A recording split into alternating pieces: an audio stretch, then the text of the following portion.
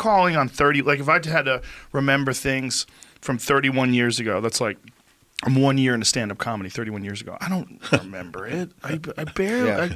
I'm going to tell you, like, oh, yeah, it was a Sunday night. And then my friend Greg go, actually, it was Wednesday. I go, fuck, yeah, you're right, it was Wednesday. Who was the host? You know, we'll have, I don't know. It's a blurry slideshow. But Bob has been remarkably consistent. The only thing that he's vacillated on, we varied a little bit, is the whether or not he saw an alien or whether or not he saw someone who was looking at something that was the size of an alien, like a small figure, like whether or not they were trying to determine how large a creature would have to be to use one of those small crafts. Because the crafts were very small in terms of like for a human being. It was more like something that was built for a child. And he walked by a window and looked inside. And in some of the earlier discussions of it, he believed that he might have seen an alien. But he was really clear that he only saw it for literally a second as he was walking by, he saw something. And again, you know how the brain works in memory. You can really plant false memories. Everybody wants to pretend their memory is so good. Memories are terrible. Well, Bob admitted from the beginning, and remember with the first interview we did, I think it was June of '89, so it was a little after we did that live interview, but months before we went with his ID. And that was really, we recorded it in case something happened to him. He was afraid he was going to be killed. There were a lot of really weird things going on. And I was worried about it too. I wanted to get it on the record in case suddenly he disappeared. So we recorded this long interview, and always he downplays stuff like that. That's an example. Yeah. I saw something that was that size. I don't believe it was an alien. It was just a glimpse. Maybe they're messing with my head. He also admits that they did mess with his head. That he had to, they underwent some kind of hypnosis, that they made him drink this weird green liquid. Probably LSD. Well, maybe. They said it was an allergy test. But yeah, I mean, but you know, to your point, just real quick, is after 30 years, it's not that he changed his story. He's changed. So when I was interviewing him, you know, he cracked the book back open with me. It was like he was saying, the science and technology is what I know. I had my hands on that. I can't attest to what I read in the documents. Yeah, I saw something for a brief millisecond through a fucking window, but I don't know what that was. So people have taken what he said and exaggerated it. Bob has always been skeptical of the things he didn't have his hands on, and I admire that. And he's changed as a human. As a human, he's matured. So now he's saying, okay, let me look at it rationally. I don't know what I saw through that window. Right. And I appreciate that. He's so straight. Yeah, he's very straight. You know, various scenarios have popped up over the years about why he came forward. There are people who believe he just made it up. He was trying to make money or he wanted attention. There are people who believe it's government disinformation to distract attention from something else that was going on out there. Yeah. Or they believe both of them, which, you know, they would seem to be mutually exclusive. Bob would admit that he had no business being there, that there were much more qualified people to work on those kind of things. Maybe he was a guy who thinks outside the box, who might give a new slant on trying to figure this stuff out that they had for decades and had not been able to duplicate. We should explain that a little bit. The Los Alamos lab story was him. He put a jet engine on a Honda. Right. And it was a functional jet car that he built himself. So he was a legitimate propulsion expert and, again, like a super science nerd. Like where he got his education is what's weird, right? I finally got an interview with the guy that wrote that article 2 weeks ago. So the guy, Terry English, right. Finally, after all this time, he called me back 3 years late. You know what I mean? We'd love to put him in the movie. And I said, look, here's the point. You said Bob Lazar was a physicist at Los Alamos. So how did you base that? You're writing a paper. And he goes, yeah, and it got picked up by AP News. He goes, if I had misrepresented that he was a physicist at Los Alamos, I would have been blackballed by everybody at Los Alamos. They take that very seriously. He was a physicist. I reported it. AP News picked it up. They repeated it. Not word one from anybody saying he wasn't a physicist at Los Alamos. It's little things like that, you know, when nothing Bob has ever said have I found out. Yeah. This is a real hot rod. and he did the story because the car was badass. When he fired it up, But he has a history of this. He also made a hydrogen-powered Corvette later on. He's a wizard. He's a very smart guy. You know, he will admit to you that maybe he was picked for the job. They figured, all right, in case he blabs, we can discredit this guy like that. When we're done with him, There's things in his background. He likes to blow things up. He likes explosives. He had a pirate flag on his house at the time that I first met him. He liked machine guns. He had an illegal fireworks show that would go out in the desert every year that became a world-class event. He got into some legal trouble after he'd worked out there. So there's a lot of things in his life they could use to discredit him. But the people who still maintain that Bob was a disinformation plot, it was meant to distract attention out from something else going on out there, whoever came up with that idea should be fired, because as a result of Bob coming forward with that story, Area 51 is now known all over the world. And I'm sorry, but the Bob Lazar version of the tale is the one that prevailed. It's known everywhere. It's been in movies and books and TV shows. It's launched 1,000 different products, like the hat that Las Vegas 51s. Our AAA baseball team became the 51s because of the Lazar story. The ET Highway is created and christened by our governor. That story, that version that he told, is now known all over the world, whether detractors like it or not. And if somebody was trying to distract attention away from something going on at Area 51, it failed miserably, because tens of thousands of people made the trek out there. Even today, 31 years later, every single day there's somebody with binoculars or a scope or something looking for whatever is flying around out there. Every major news organization in the world, after giving me nothing but grief, has made beaten a path to Area 51's door. All of them, they have all done it. And Bob's story about reverse engineering craft from somewhere else is now part of a much larger and current series of events that we can get into.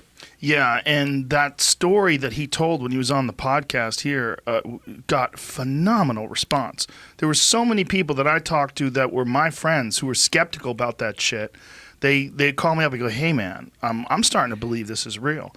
And I'm like, you should watch the documentary, and then you should watch the Commander Fravor interview where he talks about the Tic Tac UFO that they encountered off of San Diego. Because you're talking about a rock-solid military man with no shenanigans in his background who is telling a story about a craft that they cannot explain, doing things that defy physics and our understanding of propulsion systems. And quite a few people from that interview have completely changed their tune. Friends of mine who thought it was total horseshit have done a 180, and they're like, fuck, is this real? And then the New York Times story came out, of course, and the New York Times is showing all these images of these UFOs and these things that they can't explain that all exhibit very similar propulsion methods, or at least speeds that they can't explain. They move the same way.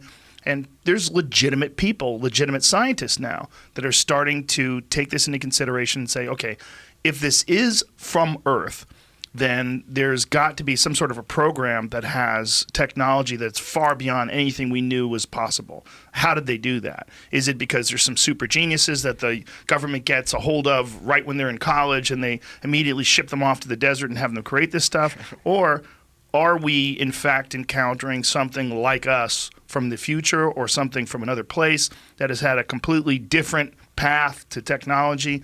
But it's not outside the realm of possibility. We're here. We're here sending videos through our phones to each other. We're talking to people. It's being relayed through the sky. We're watching films that are instantly downloaded wirelessly from these servers. I mean, just the technology that we have right now is completely alien to anybody who was around in Roswell in 1947. From 1947 to 2020, in terms of the universe, is not even a half of a blink of an eye. And then, boom, things have changed so radically. It's not crazy to think that something from somewhere is far ahead of us. Yes, so that's one of the big things. Getting Commander Fravor in that room with Bob was so cool, because Bob talks to whoever he's talking with. He helps you understand what he's saying. He can go into high specified detail on stuff, but typically he's just talking to whoever's there. When I got him in front of Commander Fravor, all of us and Matt, we were all in the room. It was amazing, because Commander Fravor saw it too. He saw something like Bob saw it. And the way that the craft, the Tic Tac, moved, it cannot be something that we have, because it was clearly gravitationally propelled. This is something they talk about. Commander Fravor saw it bouncing like a ping pong ball on the inside of a glass. The inertia, being able to go bum, bum, bum. And the coolest thing Bob said was, Well, Commander Fravor, Dave, it could have been a subject to a time distortion. So you're seeing it one way. And they started talking about gravity amplification. It was just so cool to see them talk without an audience.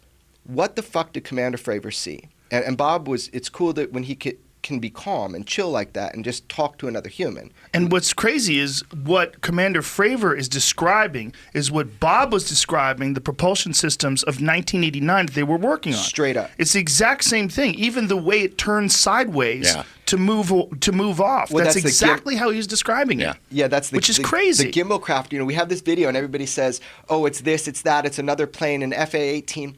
Dude, I've talked with a dude at Boeing now who he serviced these pods that it was caught on, the gimbal.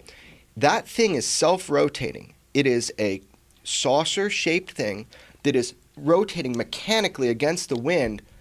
They all know that this has to be a gravity-propelled program. We understand the science that it takes to do it. We can't replicate Jeremy, it. pull that thing Sorry, close to I your always face. do that. It's okay. Just have it right up to your face. We can't replicate it, right? With our material science is our best information at this time. We can't replicate this technology, but we do understand how it works fundamentally. Fundamentally, we just don't have the power to actually make it. The material science even, just the actual physical material science, the materials it's made out of, and that's what's been in the news now, metamaterials, that there are materials from craft that we have. George will talk about that, but Lazar is parallel with what we're seeing today. Yeah, and what's also really bonkers is in 89, he was talking about element 115. It wasn't even scientifically proven to exist until 2013. So in 1989, he was talking about this is science fiction. He's making things up. In 2013, they actually were able to create, for a brief moment, an element 115, which is this insanely dense element that they believe is perhaps the propulsion system for this craft. It was always theorized, of course, element 115, but fabricating it was an achievement. But yeah, if you're talking about being a winner every time history writes itself, Bob it's insane. He's batting 100%. 100%. Hey, he knew there was a place called S4. There had been no articles about that, no mention. I looked for it. I called Nellis Air Force Base and asked them, do you have a place called S4 anywhere on the range? Yeah. In fact, we have more than one. So can you tell me where they are? No. Can you tell me what goes on there? No. Well, there was a facility at Papoose. I think it was built into the side of the mountain, and you can see the dirt road on the old satellite photos. Why were people going down there? And then, of course, the video. He goes out there with his friends when he thinks he's going to be killed or he's going to disappear, and 3 weeks in a row. You've talked about it on this program. And they videotaped it, and all the witnesses who were there have verified it, and it was not over Area 51. It was over Papoose, which officially has no facility. Nothing has ever been there. Bob knew a lot of stuff that he couldn't have known otherwise, and it's been proven over the years. And he didn't know stuff that was disproven. He didn't come out. He didn't make up a bunch of crazy shit that you go like the William Cooper book, right? Yeah. Like there's a lot of people that have speculated what that was all about. Whether William Cooper was just schizophrenic, whether he was writing some truths mixed in with crazy things so you could discount the truth. I mean, that is a real strategy that the government will employ if they know that information is going to get leaked out and they want to somehow or another discredit it. They'll connect it to really loony stuff that is absolutely not true. And you'll say, well, where'd you get that information? Oh, I got it from Behold the Pale Horse. Oh, Christ. Did you read all the stuff in that book? Right? I mean, so there's that thought, but there's none of that with Bob. With Bob, everything that he talked, it's so eerie. Every time you turn over a stone, I think I'm going to find... At first, that's how George and I met. I thought I was going to see these guys cooked it up. That was my first entry point in 2012. I thought they cooked it up. Every stone you turn over, to be clear what George just said, Bob always said there's a place called Site 4. That was never mentioned anywhere at Papoose. He verified it in 1989 with head of public relations, who was a homie of his at Area 51. We then call 30 years later, and they give us the funniest fucking answer trying to not talk about Site 4. So he confirmed it. Every time you turn over a stone, man, every time, Bob's proven right, and it's annoying. What was the experiment that he did with Element 115 that you guys videotaped? It was Is that available online? Can someone watch that? No. It was called a cloud chamber test. So he had this stuff. I know people don't believe that it exists, and he never had any of it. They're welcome to believe it. but he had a piece of it. He How didn't big was steal the it. piece? The only time I ever saw it, it was in his lead shield round disc. And he had it for a while. It was in an Was office. it because it's radioactive? I think it's stable. I don't think it's radioactive. That's how it was shipped to him. so. It's in a It was lead to disc. protect it from bombardment because it will become unstable very quickly. That's how he says they used it in the craft. So yeah, he had it in a puck and Like George- a hockey puck looking? yeah, like a metal sandwich. and it's lead. yeah. Okay. It So was it's in this thing. Yeah, and I showed it, and I had it in the background in one of our stories, just sort of an inside joke. It's sitting in there. But Bob used to keep it in front of a particle accelerator that he had built at his home. You know, every non-scientist builds a particle accelerator in their home, and he had it there when he thought he was going to be killed. It was sort of a defense mechanism for him. He had it right in front. All he had to do is flip a switch, and he thought it could explode. I think he meant to scare people from coming in trying to take him out. But this cloud chamber test was the only time I think he ever took it out of this thing. And I got there right as the experiment ended, where they had this little chamber and it bent light. Now they showed me the video. I don't pretend to be a scientist. I don't try to be an expert on things I really don't know. But it looked to me like light was bending in this experiment, which it shouldn't be able to do. It's like a laser that bent. I've seen some of this. Jeremy so has a little I was piece able of to it. find, man, this was a search. So George, from day one, when Do you have it right now? That on video? on me, it's in my movie. Right. Okay. Yeah. Okay. So but basically, what happened is, it's so annoying. I'm like, you guys have footage of this because Bob never filmed this to put out to the public. It was to show his friends, like taking them to the test site, show them the saucers. It was so his friends didn't think he was fucking crazy. So they film it. And lo and behold, they give it to George. It's in a brown case. It's somewhere in his archives. I've sorted through his whole damn house, man. I can't find this tape. So then I asked Bob, is there anywhere this could be anywhere else? This is important footage, Bob. And I find it sandwiched between two Golden Girls episodes on some tape he kind of recorded over. So I got out to the public, 17 or 30 seconds of this cool down phase of the test. Is that online anywhere? It's in my film. I can put it online. Right, but is it online? Has anybody taken that? I got it. No? I found it in these old tapes. They couldn't Right, but find. you know how people take little things from movies and sometimes put them online. maybe somebody has. Could but be. I'll post it, man. It's Okay. cool. It's cool. It doesn't. But Bob says he's so unimpressed with everything. He's like, Jeremy, that doesn't show the cool part of the test. It's just the cool down period. And I'm like, well, it shows that you filmed this with your friends back then, and that at least you believed you had 115. So what I have in the film, it's not definitive proof, but it shows that they weren't lying, that they filmed it. George was there. Bob would just assume that goes away, that people not Is talk this about it? it. Is this it? Yeah, Yeah, that's it. That's it. Jamie's the best. Jamie. Wow. So what's happening here? Explain. This looks like he's growing a plant or some shit. What is Right. this? So this is why Bob was so unimpressed with what I found sandwiched in his personal home videos. That's the disc. That's the top of the disc with a cross on top. Yeah. So he was trying to show his friends, like today, if you had a laser pointer. So here's the the cloud. cloud. You could look at it over there, Jeremy, if you don't want to turn around. Oh, got it. So So if Bob had a laser pointer back then, with the principles of the 115, which he did get out, and he does where's not the 115 in this image? inside of that disc. the clamshell, inside of the puck. So that's that surface. We're looking at the surface Yeah, of this clamshell. that's the top of this thing. Okay. Yeah, and so he'd have it in there. Now the whole sensitivity for him is there's real world implications. If he's telling the truth to us about it, I don't understand what I just saw though. I didn't see anything. You Go didn't back see to it that. bend. You don't see it. Replay that again, It's James? the only piece of the tape that still exists, but it's not the Yeah. key part of the. all it shows, Joe, is that they filmed a home experiment back then. He demonstrated for his friends how light was bent by the material itself. I understand that, but I'm not seeing that. You're here. not. You're not seeing So it. this This is is not- the only piece of the tape that still exists, but it's not this central Oh, piece. was this in the film? Yeah, it was briefly. I didn't highlight it because it was like I But didn't. I'm not seeing anything in this. This is what's confusing to me. This seems like nothing. Like nothing's going on at all. Right. That's the point. Is that he has a long version. George, blame him. Yeah, man. it's my fault. No, but I understand. But why is this in the film then if nothing's happening? It was a splash over when he was talking about 115. He doesn't like talking about how he got it out, but it was like a Easter egg. Jeremy wanted to demonstrate that it had been the recording did exist at one point, but that's the only piece that's left of it. I'm the guy who got the tape. So you And got a full tape, I but got you the just full don't know tape. where it is. I have no idea. Is it in your house somewhere? I doubt it. I mean, Where- I've looked. He's looked. I've looked. Where could it be? Dude, you should see his house. Yeah. Joe, I looked for years, man. I went through, made him take and digitize all these tapes. I took hundreds of tapes and digitized them looking for this little 2 minutes. That seems like a big deal, though. Yeah, it's a really how big could deal. You lose that? I mean, I've got thousands of tapes I from understand. that era, and I have saved them all, and I've moved them around, and then I'd use them in different productions. I can't find it. I know that is very unsatisfactory for people, and I've been. Watched Unacknowledged?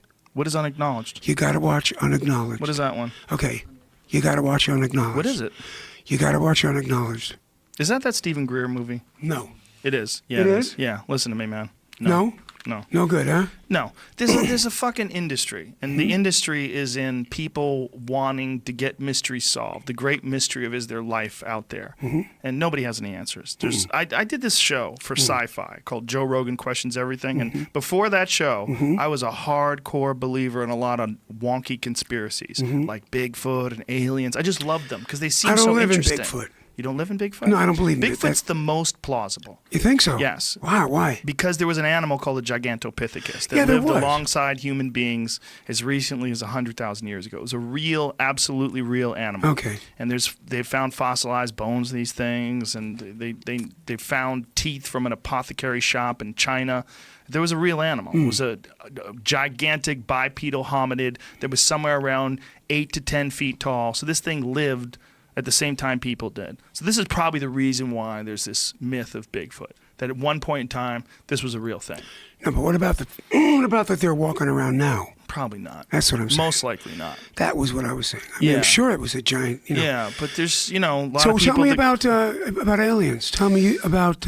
Most is a business. Most of it well, is a business. what about the Air Force general that said did that tape, gave it to his wife, Yeah. and said, "Don't put this out until I'm dead"? Did you not feel as though when he was speaking, any of that was real? I think... You've seen that, right? I think too many... Have you seen that one? Yeah, I've seen a lot of those. I've seen a lot of those There's people. one in a lot particular. there's a lot of former military people that say they've seen crazy things, and it's entirely possible that they really did. It's entirely possible. But it's also possible that they're crazy. It's possible that they love attention. It's possible that they're bored. It's possible that they're schizophrenic. It's possible that they have memories that they've concocted over the years and enhanced, and it's gotten them attention, and it's putting them in documentaries, and it gets them interviews on television programs. But that there's no evidence, and the problem with all these people is they all have this same feeling about them, and they're not. There's very few of them that come across as rational and objective. Most of them come across as there's something wrong. There's wires that aren't connecting. If you talk to them about other things in life, like if you had a chance to talk to them for a long period of time, sit down with them for 3 hours, ask them about ghosts and psychics and all kinds of other shit. They almost all believe in that stuff. They're believers. Yeah. They want to believe in nonsense. I hear you. As soon as that crops up, I'm out of the room. But it's possible that, not just possible, it's 100% likely that there's alien life out there. Likely. 100%. I'm glad you said that. More You kind of scared likely- me for a second. No, I think it's more I just likely love that there movie is. because it kind of had a nice thread through. That movie's horseshit. Okay. There's a lot of those movies that are horseshit. And that guy, he knows some of that's horseshit. Like there's a little baby that they had found that's an aborted fetus. They were trying to pass that off as an alien baby for a long time. But they have genome You don't believe tests. that we're hybrids? No. What I do you? don't What believe do you? they're hybrids. Can you tell me about the link What link? between monkeys and us? Seriously, Well, between the well, two this is- frontal lobes Uh-huh. and the brain of Sure. a monkey. well, we are hominids. I mean, we are primates, and we're just the most advanced primate. The real question is, how did we get to be so much more That's advanced? That's what I asked you. Well, it's more likely That that we link. found fire and our diet changed and hunting, and then the stoned ape theory, which is a very fascinating theory. The stoned ape theory is Terence McKenna's theory that Yeah, I human read that. beings found psilocybin mushrooms, yeah. and that through the use of psilocybin mushrooms, which in low doses increases visual acuity, produces these ecstatic states, that it might have helped us develop language and communication and creativity, and that this in turn was the reason why the human brain doubled in size over a period of 2 million years, which is the greatest mystery in the history of the fossil record. They don't know why they did it, but there's a very clear path So between then you do lower believe the humans were hominids- here a million years ago? Humans? Well, Some whatever. form, Hominids. some form of Okay. primate was certainly here millions of years ago, as was deer. Deer were here millions of years ago. Okay, There's good, a lot good. of animals. Didn't mean to interrupt you, please. No, it's okay. I don't know. I feel that. I feel like, just because there was an ice age, it was how many 100,000 years was the ice age? Well, there's been a bunch of ice ages, but the most recent one ended somewhere in the neighborhood of 12,000 years ago. That was nothing. Nothing, yeah. From beginning to end. We don't know what caused it. Well, when the ice age exists, we have to remember that some parts of the world aren't experiencing the ice age, and then humans thrived in Africa during parts of the ice age. I mean, there's a lot of human beings that live all over the world. The real question is, where did they start? Most likely from Africa, but they could have possibly started from some other places too. And we're starting to learn that. Well, that's but the people that are learning that, thing, right? the people that are learning, no, not really. Why? Well, I mean, there's that too, but I mean, mostly just people traveling. But what you really learn from is archaeologists. Those are the people you learn from, and biologists, people that really understand the human genome. They really understand the differences between people that emerge from China versus people that emerge from Western Europe versus people that emerge from or Native Americans. I mean, there's so many different types of human beings that came from different climates and that their bodies evolved from these places. And there's real science to that. You're not going to get that from these goofy fucking documentaries. These goofy fucking documentaries are basically a business.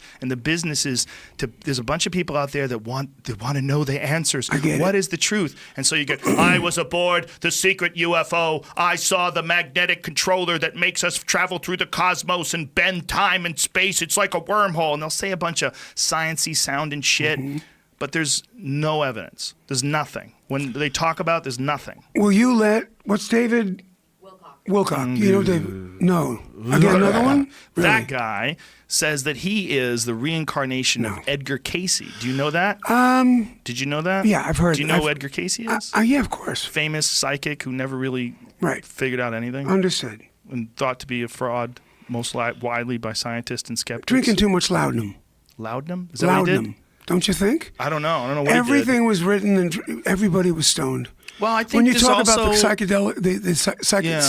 psilocybin mushrooms, opiates, laudanum, the last 100 years, how do you say it? laudanum. Laudanum? Laudanum. Everyone was drinking that shit. Yeah, right. But look, how do you say it? Yeah, there's yeah, that shit was in that. Japanese, they never left the island. Do a lot of Japanese have the same eyes shapes?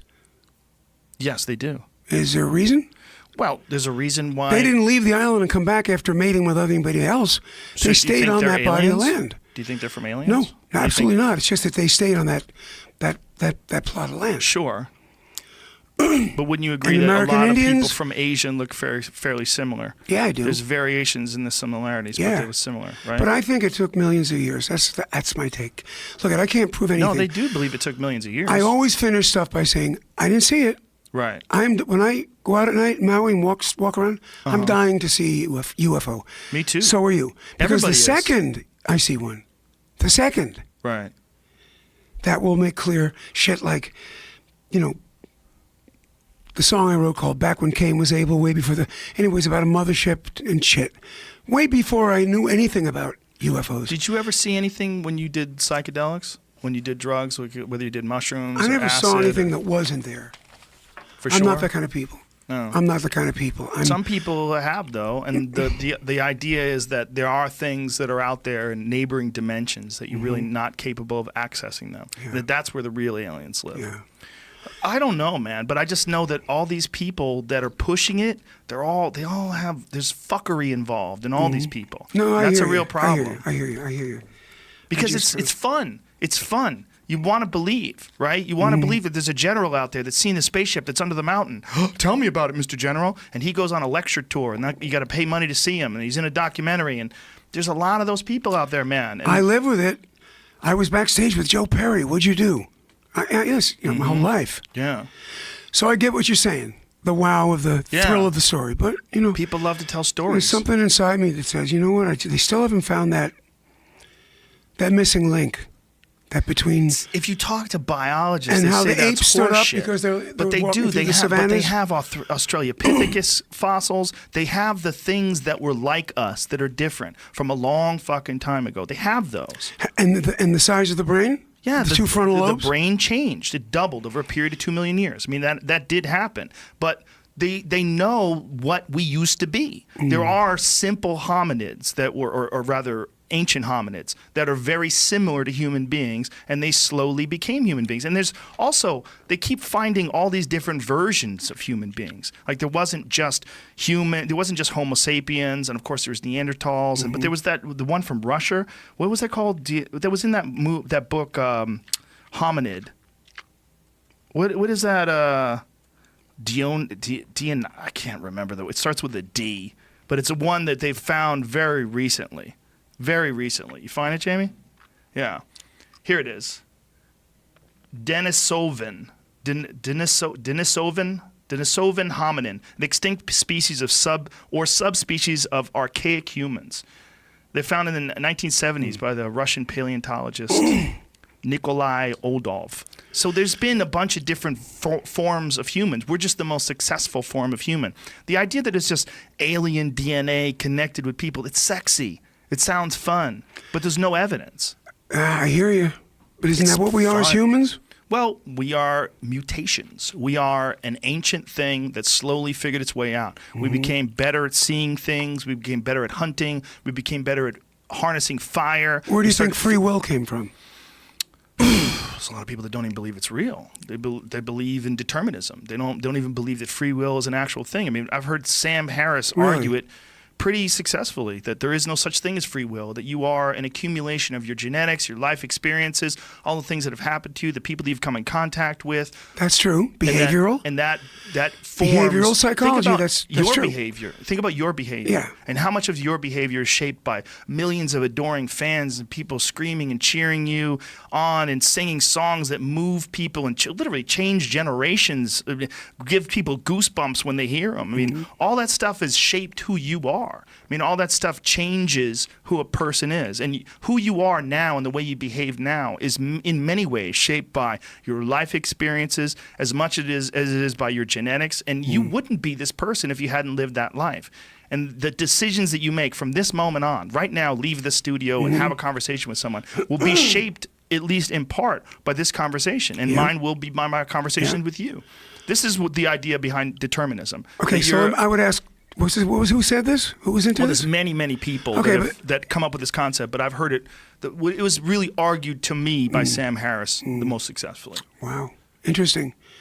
I just wonder why then, certain monkeys, certain breeds of monkeys, smart ones, bonobos, I love them because I'm a bonobo, but they'll put a stick in something and pull out Shilajit, but, Well, that's also... They haven't well, wait a minute now, then. They haven't gone past that. So. Well, do you know primatologists actually believe that chimpanzees have entered the Stone Age? This is one thing that's being considered now, that they've started use of tools on a regular basis. Okay. They think that they're learning from each other, they think that if they are evolving, right, and if human beings evolved over a period of millions of years, we are actually watching chimpanzees evolve in real time. Well, I think so too. A long process. It'll take millions of years, but they have entered the Stone Age. So they think that, who knows, with a series of mutations, with natural selection, with a bunch of different things happening, what a chimpanzee is today, most likely it will be a different thing in 2 million years. Of course it will. Yeah. And I totally agree on that. Right. That these intelligent animals, they're going to experiment with things. Here it is. Macaques often use stone tools. Sure Monkeys they have do. been living in the Stone Age for 50 years. So for 50 years, these animals, just 50, okay? I'm not sure about that. That's when somebody first saw them using the stone. True. Well, in terms of primatologists I observing get you. behavior. Get you. So these archaeologists have uncovered stone tools they believe these animals have used.